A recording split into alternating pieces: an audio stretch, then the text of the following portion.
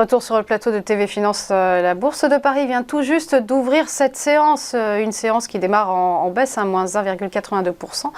Donc comme tous les lundis, on va s'intéresser ce matin au CAC avec vous, Rodolphe Vial, fondateur d'ABC Bourse. Bonjour. Oui, bonjour Roselyne.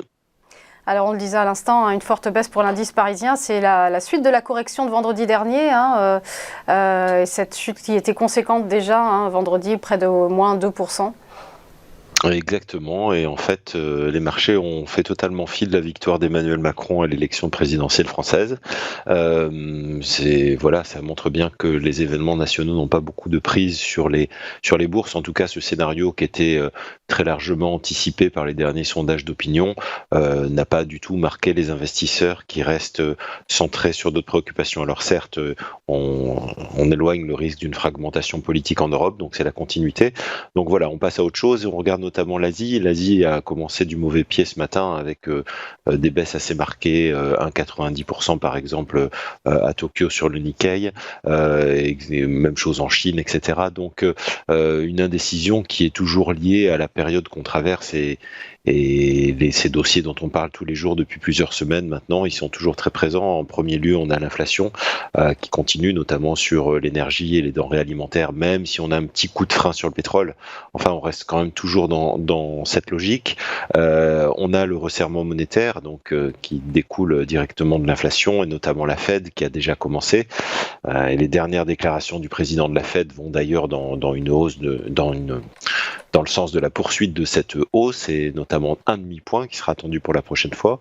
La BCE risque de bouger d'ici cet été, en tout cas c'est ce qu'on attend, la fin du programme de rachat d'actifs et un relèvement de taux sans doute d'ici juillet, en tout cas c'est ce que Christine Lagarde a laissé entendre, le ralentissement économique et enfin la guerre en Ukraine. Donc ça fait quand même un agenda très très lourd, et on peut même rajouter, j'allais l'oublier, c'est ce qui a fait stresser l'Asie cette nuit, c'est les inquiétudes liées à la propagation du Covid-19 en Chine, où ils ont encore une politique très restrictive, et on a vraiment peur pour la croissance, la production, les chaînes d'approvisionnement, etc.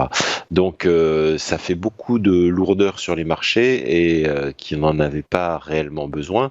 Donc on voit le CAC 40 qui lâche quasiment 1,70, 1,81% depuis l'ouverture, qui revient à proximité toujours de cette zone des 6400, 6420 points où on a une zone de support.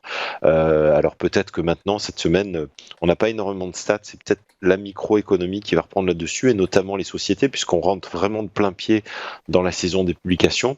On a des poids lourds cette semaine, notamment aux États-Unis, on a vraiment les géants technologiques, Alphabet, donc Google, Amazon, Apple, Microsoft et Facebook, donc qui s'appelle Meta maintenant, qui vont publier. Donc on a vraiment toute la bande des GAFAM. Donc ça pourrait faire bouger le marché, puisque le Nasdaq a fortement reculé depuis le début de l'année, et ça pourrait être un point de relance pour oublier un petit peu la macro et le sentiment global qui est plutôt dépressif.